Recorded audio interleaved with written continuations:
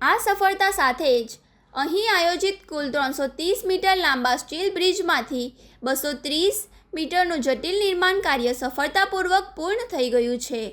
ભરૂચ નજીક તૈયાર થઈ રહેલો આ સ્ટીલ બ્રિજ કુલ 3 સ્પાન ધરાવે છે.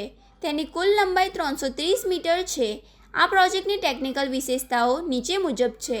130 મીટરનો મુખ્ય સ્પાન 16 મે 2026ના રોજ જેનું સફળ લોન્ચિંગ થયું હતું, તે સ્પાન આશરે 18 મીટર ઊંચાઈ અને 15.5 મીટર પહોળાઈ ધરાવે છે.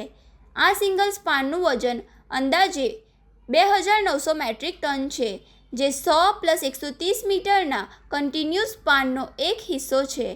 100 મીટરનો સિમ્પલી સ્પોન્ટેડ સ્પાન આશરે 1500 મેટ્રિક ટન વજન ધરાવતા આ સ્પાનને માર્ચ 2026 દરમિયાન નિર્માણ સ્થળ પર જ સફળતાપૂર્વક સ્થાપિત કરી દેવાયો હતો. બાકીનો 100 મીટરનો સ્પાન આશરે 1600 મેટ્રિક ટન વજન ધરાવતા બાકીના કન્ટિન્યુઅસ સ્પાનને પણ હવે આગામી સમયમાં નિર્માણ સ્થળ પર જ એસેમ્બલ કરીને સ્થાપિત કરવામાં આવશે.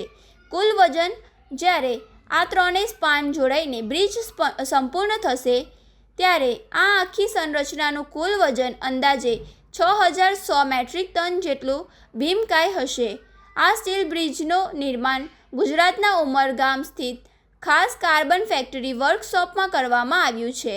આ બ્રિજને અત્યંત મજબૂત અને 100 વર્ષના આયુષ્યને ધ્યાનમાં રાખીને ડિઝાઇન કરવામાં આવ્યું છે. વેસ્ટર્ન ડેડિકેટેડ ફ્રેટ કોરિડોરના સુરત-વડોદરા વિભાગ વચ્ચેથી દરરોજ અનેક માલગાડીઓ પસાર થાય છે. રેલવે ટ્રાફિક ખોરવાય નહીં તે માટે અત્યંત સાવધાનીપૂર્વક સંકલિત ટ્રાફિક બ્લોક વ્યવસ્થાઓને ગોઠવવામાં આવી હતી. તબક્કાવાર આયોજનના કારણે માલગાડીઓની અવરજવરમાં ન્યૂનતમ વિક્ષેપ સાથે સંપૂર્ણ સલામતી અને ચોકસાઈપૂર્વક આ લોન્ચ કામગીરી પાર પાડવામાં આવી છે.